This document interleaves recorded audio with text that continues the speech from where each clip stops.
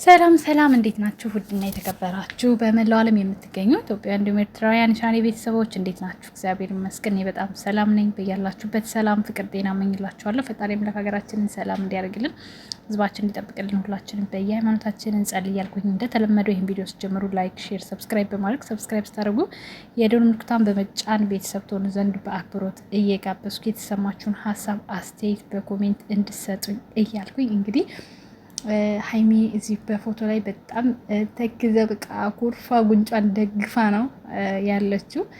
ምን ተፈጥሮ ነው? በጣም የሚያጓጓ ነገር አለው። ሀይሚዬን አታስከፏት። አንዳንድ ኮሜንቶችም እያየሁ ነበረ። ሁሉም ሰው አይኑ የሚያርፈው ቅመሟ ላይ ነው በነገራችን ላይ ማለት ነው። እና ቅመሟ ደግሞ መሪ ናት። የምር መሪ ጀግና፣ በቃ የፕራንኳ የፍቅር ተምሳሌት የምር እንዴ እንደ ሀይሚ እኮ ጀግና ሴት የለም። እውነት ለመናገር ራስን ማጋነን ምናምን ሳይሆን ለሁሉም ነገር ራሷን መስዋዕት የምትከፍል ጀግና ናት።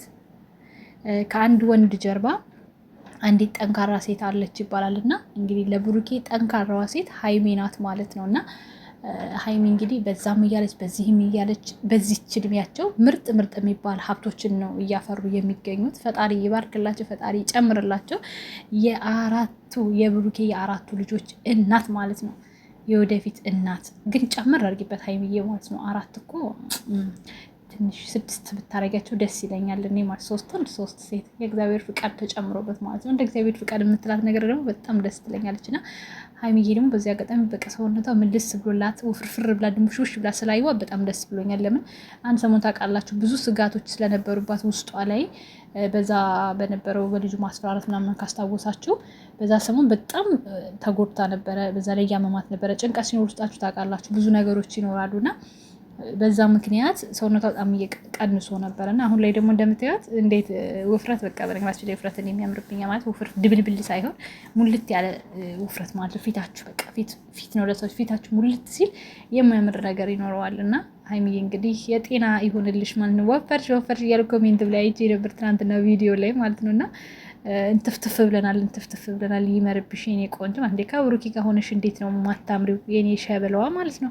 ብሩኬም ሸበላ አንቺም ሸበላ ምንድን ነው ልገጥምላችሁ ነበረ ግን ቤት አልመታ ላይ ምን ላድርግ ማለት ነው። ለማንኛውም የኔ ውዶች በርቱልኝ፣ ጠንክሩልኝ። ከዚህ በላይ ብዙ ነገር እንደምትሰሩ ተስፋ አደርጋለሁኝ። በቅርቡ እንግዲህ ብሩኬ 250 ኬክ ገብቶ ደግሞ የ250 ኬክ ቆርሰን እንድናከብር ነው የምመኘው ማለት ነው ውዶችዬ። ለማንኛውም እስከ ማታ ምን ሊሆን ይችላል የተሰማችሁን ኮሜንት ላይ የገመታችሁትን ነገር ብታስቀምጡልኝ ደስ ይለኛል። ደግሞ ወዳችሁ አትርሱ። ቪዲዮ ላይክ፣ ሰብስክራይብ እያደረጋችሁ ስለምታበረታቱኝ በጣም ነው የማመሰግነው። ወዳችኋለሁ። መልካም ጊዜ። ቻው ቻው።